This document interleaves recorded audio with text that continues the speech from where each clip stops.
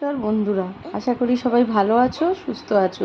গল্পটা এরকম যে এই ফ্ল্যাটটা যখন নতুন নেওয়া হয়েছিল, রথের বিশেষ দিনে এবছরে এখানে আমরা গৃহপ্রবেশের পুজো করেছিলাম।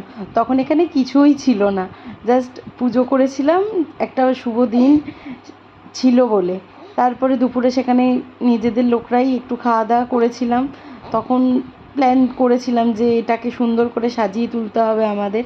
তারপরে যখন এখানে কালার আস্তে আস্তে ঠিক করলাম, এই যে কিচেনটা এখনও আমার কমপ্লিট হয়নি, এটাকে আরও সুন্দর করে সাজিয়ে ভবিষ্যতে আমি জানি তোমাদের দেখাতে পারবো।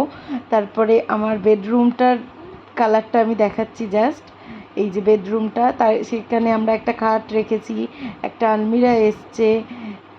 আরও আশা করছি ফিউচারে অনেক আরও কিছু রাখতে পারবো সেখানে।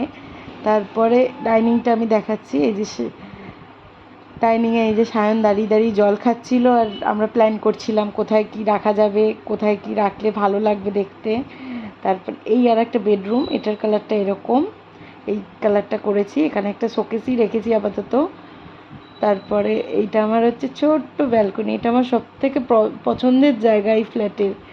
তো যদি কিছু ভালো লেগে থাকে এই ব্লগটাতে, চ্যানেলটা সাবস্ক্রাইব করবেন, লাইক কমেন্ট শেয়ার করবেন। Thank you.